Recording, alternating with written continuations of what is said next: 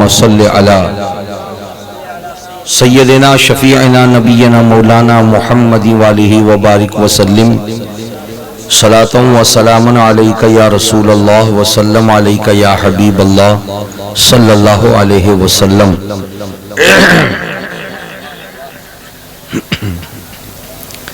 اللہ تبارک و تعالی نے انسان کی ہدایت کے لیے قرآن پاک کو نازل فرمایا۔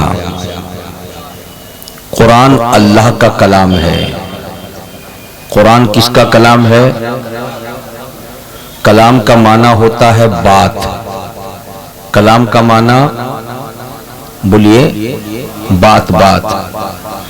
آپ جو کچھ کہتے ہیں وہ آپ کی بات ہوتی ہے، میں جو کچھ کہتا ہوں وہ میری بات ہوتی ہے، لیکن رسول پاک جو کہتے ہیں وہ حدیث ہے، اور اللہ جو کہتا ہے وہ قرآن ہے۔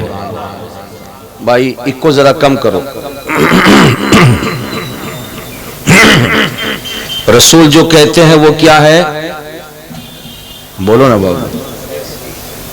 رسول جو کہتے ہیں وہ کیا ہے؟ حدیث ہے، اور اللہ جو کہتا ہے وہ قرآن ہے۔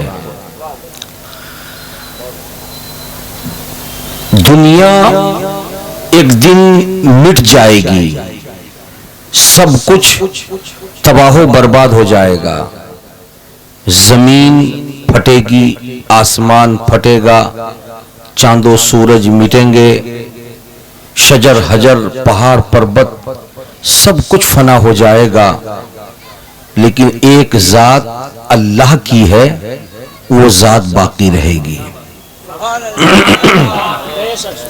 کل من علیہا فان وَيَبْقَى وَجْهُ رَبِّكَ ذُو الْجَلَالِ وَالْإِكْرَامِ۔ اس آیت کریمہ میں یہی بتایا گیا کہ سب کچھ فنا ہو جائے گا، باقی اللہ تعالی کی ذات رہے گی۔ تو جب خدا کی ذات باقی رہے گی تو خدا کا کلام باقی رہے گا یا نہیں رہے گا؟ بولو پیار سے بولو، رہے گا۔ خدا کے کلام کے لیے فنا نہیں ہے، مٹنا نہیں ہے۔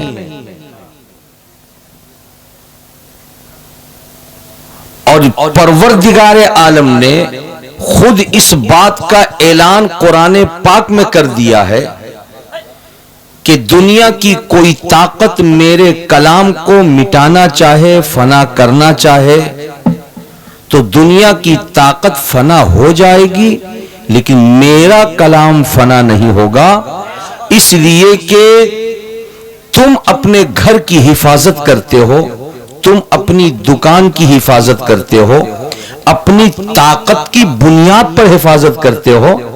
اگر تمہارے پاس لمبا ڈنڈا ہو اور دو چار مجرم آ جائیں جو تمہارے گھر کو گرانے کی کوشش کریں، تم اپنی طاقت کے بلبوتے پر ڈنڈا چلاؤ گے تو دو چار پانچ کے ہاتھ پاؤں ٹوٹ جائیں گے، تمہارا گھر بچ جائے گا۔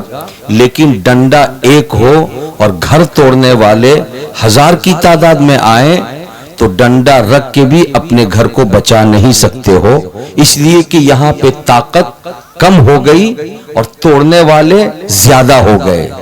لیکن اللہ فرماتا ہے اِنَّا نَحْنُ نَزَّلْنَا الذِّكْرَ وَإِنَّا لَهُ لَحَافِظُونَ۔ بے شک قرآن کو ہم نے نازل کیا اور ہم ہی اس کی حفاظت کرنے والے ہیں۔ پیار سے بول دو سبحان اللہ۔ یہ بات آج میں نے اس لیے آپ کے سامنے رکھی ہے کہ پھول بغیچہ میں یہ جلسہ ہے شہید اعظم کانفرنس، اور شہید اعظم کہا جاتا ہے نواز رسول دل بند بطول سرکار امام حسین رضی اللہ تعالی عنہ کو۔ اور حسین پاک نے کربلا میں جا کر اپنی اور اپنی اولاد کی قربانی پیش کی۔ دنیا پوچھے گی کہ کس لیے انہوں نے قربانی پیش کی، تو آپ کا جواب یہی ہوگا کہ اس زمانے میں قرآن کے قانون کے خلاف، حدیث کے قانون کے خلاف، اسلامی نقطۂ نظر کے خلاف جو طاقت سامنے آئی تھی، اس طاقت کو میسمار کر کے قرآن کی عظمتوں کی حفاظت کے لیے قربانی پیش کی۔ تو آج اس پرفتن دور میں ایک ناہنجار قسم کا آدمی اتر پردیش کی دھرتی سے کھڑا ہوا، جس کو دنیا وسیم رضوی کے نام سے جانتی ہے، اور اس نے پورے قرآن کو چیلنج نہیں کیا، اس نے قرآن پاک کی تمام آیتوں کو مانا کہ قرآن میں جتنے پارے ہیں، کتنے ہیں؟ 30 ہیں۔ قرآن میں جتنی سورتیں ہیں کتنی ہیں؟ 114 ہیں۔ قرآن میں جتنی آیتیں ہیں کتنی ہیں؟ 6666 آیتیں ہیں۔ پاروں کو مانتا ہے، سورتوں کو مانتا ہے، مگر 6666 آیت کو مانتا نہیں، کہتا کہ 26 آیتیں ایسی ہیں جو اللہ کا کلام نہیں ہے، لہذا قرآن کے اندر سے ان 26 آیتوں کو نکال دو، باقی آیتیں اللہ کی ہیں، میں خود ان آیتوں کی تلاوت کروں گا، ان آیتوں پہ عمل کروں گا، مگر 26 آیت کو نکال دو، یہ اللہ کا نہیں ہے۔ اب اس سے پوچھا گیا کہ یہ اللہ کی طرف سے جب 26 آیت نہیں ہے تو کس کی طرف سے ہے؟ تو اس نے بتایا کہ رسول پاک کے بعد صدیق اکبر 2.5 سال تک خلیفہ رہے، حضرت عمر فاروق 10.5 برس تک خلیفہ رہے، حضرت عثمان غنی 12.5 برس تک خلیفہ رہے۔ ان تینوں نے مل کر کے 26 آیتیں اپنی طبیعت سے گڑھ دیا اور گڑھ کے قرآن میں شامل کر دیا، اور اس کے بعد دنیا نے سمجھا کہ یہ بھی اللہ کی آیت ہے، لہذا دوسری آیتوں کی تعظیم یہ جیسے کرتے ہیں ان 26 آیتوں کی بھی تعظیم ویسے ہی کرتے ہیں، لہذا اس کمبخت نے سپریم کورٹ میں ایک اپیل دائر کر دیا کہ 26 آیتوں سے جہاد کا سبق دیا جاتا ہے، ہمارے نوجوان 26 آیتوں کو پڑھ کے سمجھ کے جہادی بن جاتے ہیں، لہذا ہندوستان میں رہنے کے لیے 26 آیتوں کو مٹانا ہوگا۔ یہ خدا کا کلام نہیں ہے، یہ حدیث مصطفیٰ کا کوئی حصہ نہیں ہے، بلکہ 3 خلیفہ کی من گھڑت ہے، اس لیے ان کو نکالنا لازم ہے۔ یہ عباس، یہ وسیم رضوی نام کے ایک ناہنجار نے اس بات کو پیش کیا۔ اب میں آج کی گفتگو میں آپ کے نالج میں اضافے کے لیے، آپ کی معلومات میں اضافے کے لیے میں کچھ بات بتانا چاہوں گا۔ باتیں تو بہت ساری بتانے تھی، لیکن یہ پانسکوڑا کا علاقہ دن بدن اتنا خراب ہوتا جا رہا ہے، اتنا خراب ہوتا جا رہا ہے کہ جلسوں میں تقریر سننے کے لیے کوئی روادار نہیں ہے، ان کو صرف نعت چاہیے، صرف نعت چاہیے، صرف نعت چاہیے۔ آپ سے اگر پوچھا جائے کہ نعت سے ملا کیا، تو صرف ایک چیز ملے گی، وہ ہے ایمان کی تازگی، اس کے علاوہ کچھ نہیں ہے۔ لیکن تقریر سنو گے نعت کے ساتھ ساتھ تو ایمان کی تازگی بھی ملے گی، معلومات اور نالج میں اضافہ بھی ہوگا۔ ہم سنی نعت پڑھتے بھی ہیں، نعت سناتے بھی ہیں، لیکن صرف نعت نہیں، ہم تقریر بھی سنتے ہیں، تقریر بھی سناتے ہیں۔ اسی لیے ہمارے نوجوان کو لوکل ٹرین میں کلکتہ جاتے ہوئے ایک ہندو بنگالی اگر پوچھ لے گا کہ وسیم رضوی کی بولے چھے تمہیں کچھو جانو، تو ہمارا یہ نوجوان چھٹی لے کے آیا تھا، 28 جلسے میں شریک ہوا، لیکن یہ بات وہ بتا نہیں پائے گا، کاہے؟ تقریر سنا ہی نہیں، انتظار کرتا کہ مولوی کی باری کب آئے گی، تب پھٹ پھٹیا اسٹارٹ کرے گا۔ جب مولوی کی باری آئے گی پھٹ پھٹیا اسٹارٹ کرے گا۔ میں ابھی آ رہا تھا وہ عمران بابو کے گھر سے، رستے میں کئی پھٹ پھٹیا کو دیکھا، میں دیکھ کے سمجھ گیا کہ وہ لوگ دیکھ لیا ہے کہ حضرت شمیم فیضی، حضرت شہباز، حضرت شاہ نواز، یہ جو تین ہمارے اچھے شعرا ہیں، تین ایک ایک راؤنڈ پڑھ چکے ہیں، اب ضرورت نہیں ہے سیکنڈ راؤنڈ آئیں گے بھی تو 10-10 منٹ کے لیے آئیں گے نا، سن لیا، نہ تقریر سننا ہے اور نہ کچھ جاننا ہے، نکلتے چلے گئے۔ اور جو بیٹھے تھے کچھ اور، جیسے ہمارے شاہ نواز بابو بیٹھے وہ بھی اٹھ کر کے چلے گئے۔ افسوس صرف آپ کو نہیں ہے، افسوس ان لوگوں کو بھی ہے کہ یہ قوم کہاں تک جا رہی ہے، کیا اس قوم کا حال ہوگا۔ یہ قوم نہ نماز سیکھی ہے، نہ روزہ سیکھی ہے، نہ قرآن جانتی ہے، نہ حدیث جانتی ہے۔ یہی وجہ ہے کہ دیوبندی کا مقابلہ نہیں کر سکتی، وہابی کا مقابلہ نہیں کر سکتی، اور غیر مذہب والوں کو اسلام کے بارے میں کچھ بتا نہیں سکتی۔ آخر اس قوم کا پرسان حال کون ہوگا؟ اس لیے جو علاقے کے سوجھ بوجھ والے لوگوں، آپ کو میں کہتا ہوں، آپ لوگ اپنے اندر ماحول پیدا کیجئے کہ ہم نعت بھی سنیں گے، ہم تقریر بھی سنیں گے، تاکہ ہمارے نالج میں اضافہ ہو۔ ایک سلگتا ہوا سوال جو میں آپ کے سامنے رکھنا چاہتا ہوں، بریلی شریف سے جو مرید ہوتا ہے وہ اپنے نام کے ساتھ رضوی لکھتا ہے، اور جس نے قرآن کی 26 آیتوں کے خلاف سپریم کورٹ میں اپیل دائر کیا ہے وہ بھی اپنے نام کے ساتھ رضوی لکھا ہے، وہ بھی وسیم رضوی ہے، یہ بھی شاہ نواز رضوی ہے، یہ بھی شمیم رضوی ہے، یہ بھی شہباز رضوی ہے، یہ بھی غلام سرور رضوی ہے، میں بھی سخاوت حسین رضوی ہوں، حضور حبیب ملت بھی رضوی ہے، مجاہد ملت بھی رضوی ہے۔ ارے بولو نا بھائی، اب وسیم رضوی میں شاہ نواز رضوی میں کیا فرق ہوا؟ وسیم رضوی میں سخاوت حسین رضوی میں کیا فرق ہوا؟ اب آپ سے کوئی پوچھ لے گا وہابی کہ رضوی ہو، وہ بھی رضوی ہیں، رضوی ہو یہ بھی رضوی ہیں، تم بھی رضوی ہو۔ اعلیٰ حضرت سے مرید ہونے والا، اعلیٰ حضرت کے بیٹے حامد رضا سے مرید ہونے والا، اعلیٰ حضرت کے بیٹے مفتی اعظم ان سے مرید ہونے والا، اعلیٰ حضرت کے پر پوتے تاج الشریعہ سے مرید ہونے والا رضوی لکھتا ہے، اور رضوی لکھ کر کے قرآن کی 26 آیتوں کے خلاف وہ سپریم کورٹ میں اپیل دائر کرتا ہے۔ بولو اس کا کوئی جواب ہے آپ کے پاس؟ بولو، اگر کوئی جواب ہو آپ میں سے کسی کے پاس تو کھڑا ہو کے بولے۔ تو جب جلسے میں بیٹھو گے نہیں، تقریر سنو گے نہیں، تو کیسے جانو گے اور کیسے جواب دو گے؟ سوچنے کی بات ہے، بہت بڑا المیہ ہے، بہت بڑا المیہ ہے۔ اس لیے آپ کے دل میں خود سے یہ سوال پیدا ہونا چاہیے جو میں نے سوال پیدا کر کے آپ کو بتانے کی کوشش کی ہے۔ خود سے سوال ہونا چاہیے کہ یاد رکھو دنیا میں بہت سارے سلسلے ہیں، کچھ اچھے بھی ہیں اور کچھ مکاری قسم کے بھی لوگ ہیں جو سلسلے کو بدنام کرتے ہیں۔ تمام سلسلوں کی قدر و منزلت کو میں مانتا ہوں، ہر سلسلے کے تاج کو میں اپنے سر پہ رکھتا ہوں، لیکن اتنا جانتا ہوں کہ اعلیٰ حضرت کے سلسلے کا کوئی بھی رضوی کچھ ہو سکتا ہے، غدار اسلام کا نہیں ہو سکتا ہے۔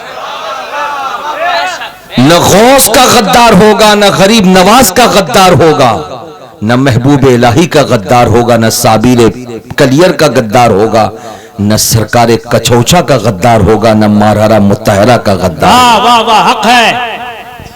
یہ اعلیٰ حضرت کا سلسلہ 150 پونے 200 برس سے یہ سلسلہ آیا ہے رضوی، جس کی بنیاد پر رضوی سب کچھ ہو سکتا ہے، غدار نہیں ہو سکتا۔ تو جب غوث و خواجہ کا غدار نہیں ہو سکتا تو قرآن پاک کی 26 آیتوں کا کیسے غدار ہو گیا؟ تو پتا چلا کہ یہ رضوی وہ رضوی، دونوں میں فرق ہے، دونوں میں فرق ہے۔ آج بریلی شریف سے مرید ہونے والا جو رضوی لکھتا ہے اس رضوی کا مطلب الگ، اور جس کمبخت نے 26 آیتوں کے خلاف اپیل دائر کی اس رضوی کا مطلب الگ۔ جب تک دونوں کے اندر فرق کو آپ نہیں سمجھیں گے تب تک آپ کہہ نہیں سکتے کہ میں کون رضوی ہوں، وہ کون رضوی ہے۔ اس لیے آج اس بات کو میں آپ کے سامنے واضح کرنا چاہتا ہوں، وقت بہت کم ہے، مختصر سے وقت میں 2-4 آپ کے دل کو لگتی ہوئی بات کہہ کر کے میں بیٹھ جانا چاہتا ہوں